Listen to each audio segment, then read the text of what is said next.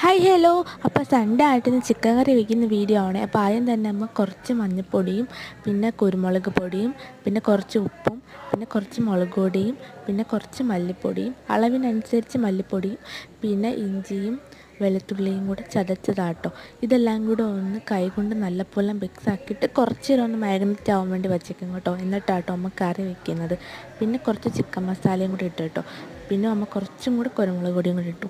പിന്നെ അതിന് ശേഷം എണ്ണ ഒഴിച്ചിട്ട് കടുകിട്ടു. പിന്നെ ഈ അരിഞ്ഞ് വെച്ച കൊച്ചുള്ളിയും സവാളയും കൂടെ അതിനോട് ഇട്ട് കൊടുത്തിട്ടോ. പിന്നെ ഞാൻ കുറച്ച് നേരം വഴറ്റി കൊടുത്തു കേട്ടോ. പിന്നെയാണ് ഒന്ന് വഴണ്ടൊന്ന് വന്നതിന് ശേഷം ആട്ടോ അമ്മ കുറച്ച് ഉപ്പും കൂടെ ഇട്ട് കൊടുത്തു. പിന്നെ കുറച്ച് നേരം കഴിഞ്ഞപ്പോഴത്തേക്ക് അമ്മ ചിക്കൻ അതിലോട്ട് ഇട്ട് കൊടുത്തു. ഈ മാഗ്നേറ്റായി വെച്ച ചിക്കൻ അതിലോട്ട് ഇട്ട് കൊടുത്തു.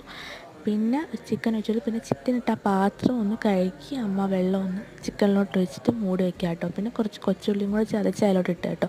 പിന്നെ പാത്രം തുറന്നപ്പോഴും ആഹാ നല്ല